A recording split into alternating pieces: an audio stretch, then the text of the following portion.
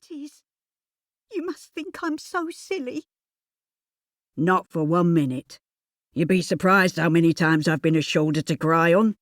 Boyfriend troubles, homesickness. I've heard it all in here. Molly looked around Spud's domain. With windows on 3 sides, there wasn't much in the way of privacy. But then she supposed he needed to see who was coming and going from the camp. Do you work in here all the time?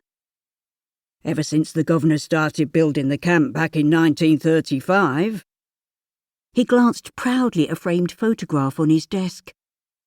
The Royal Navy even let me stay on for the duration to do odd jobs and the like. That was no good to man or beast with this leg. He tapped his left leg. Shrapnel from the First War, he announced proudly. The governor put in a good word for me. The governor? Molly queried, peering more closely at the 2 figures in the photograph. Is that Billy Butlin? She recalled seeing his face on posters when she had her interview. The one and only. He's a good sort, is the governor.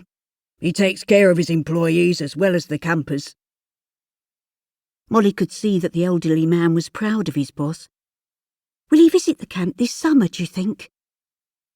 Spud took 2 chipped cups from hooks on the wall, close to where the kettle was starting to boil, and measured camp coffee into each, followed by a generous spoonful of sugar. I don't see why not. We always used to pop in to see how things were going and to meet the punters. That was before we closed for the duration. He likes to meet the new staff as well. A popular man, but he doesn't suffer fools gladly. I suppose you'd say he's charismatic.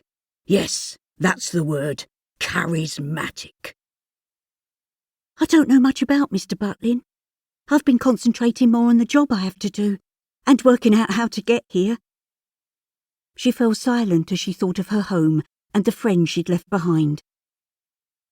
Spud could see the young woman was close to tears again.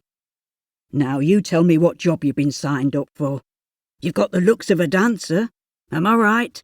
Or perhaps you're the new Punch and Judy man. Molly giggled. I'm not much of a dancer, but Punch and Judy sounds fun.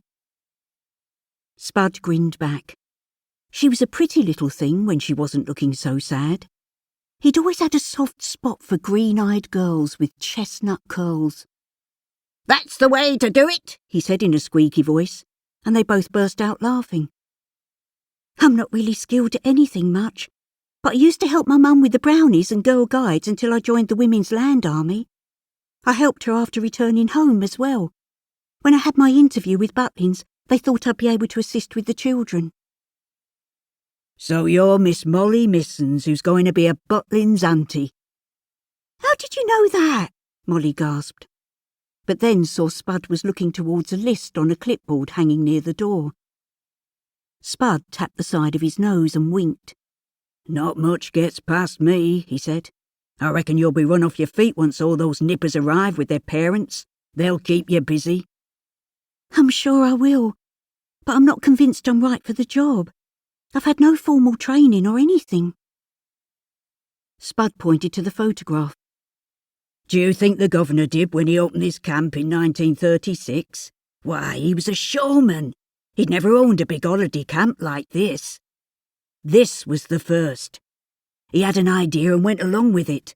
He learned what was wanted and came up with the goods. Molly frowned. A showman? Travelling fairs, fun fairs. You've seen 'em, haven't you? She nodded. Oh, yes. I always visited the travelling fair when it came to Erith Recreation Ground, near my home. It was magical. Spud smiled as her face lit up. There you go, then. Chances are the governor knew them. He knows all the showmen. It's a close community.